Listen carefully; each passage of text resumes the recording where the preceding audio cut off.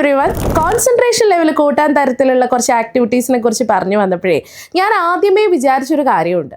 എന്താണെന്നല്ലേ, കുട്ടികൾക്ക് വേണ്ടിയിട്ട് പ്ലേ ടൈം നിങ്ങൾ സെറ്റ് ചെയ്യണം. No compromise on that. നിർബന്ധമായിട്ടും അവർ പഠിക്കുകയാണ്, അവർ വേറെ എന്ത് ടാസ്ക് ചെയ്യുകയാണെങ്കിലും you should plan for a play time and this is very important. പ്രത്യേകിച്ച് ഫിസിക്കൽ ആക്ടിവിറ്റീസിന് ഇമ്പോർട്ടൻസ് കൊടുക്കുന്ന തരത്തിലുള്ള ചില ഒരു ഫേസ് അവർക്ക് വേണ്ടി നമ്മൾ മാറ്റി വെച്ചിരിക്കണം. പ്രത്യേകിച്ച് ഇപ്പോൾ ഫുട്ബോളൊക്കെ കളിക്കാൻ താല്പര്യപ്പെടുന്ന കുട്ടികളാണ്, ക്രിക്കറ്റ് കളിക്കാൻ താല്പര്യപ്പെടുന്ന കുട്ടികളാണ്.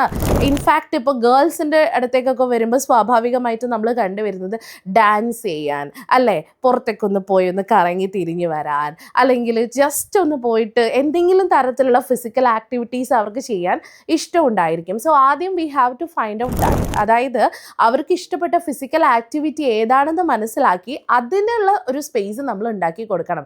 അങ്ങനെയാണെങ്കിൽ അവർക്ക് പഠനത്തിനോടും മുഷിപ്പ് വരില്ല, അവർക്ക് ചില കാര്യങ്ങൾ അസൈൻ ചെയ്ത് കൊടുക്കുന്ന കാര്യങ്ങൾ ചെയ്യാനും മുഷിപ്പ് വരില്ല.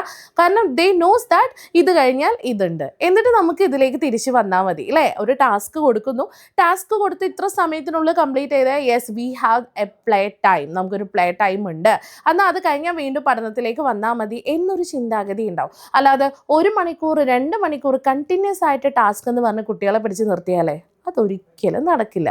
So you all definitely plan for a play time.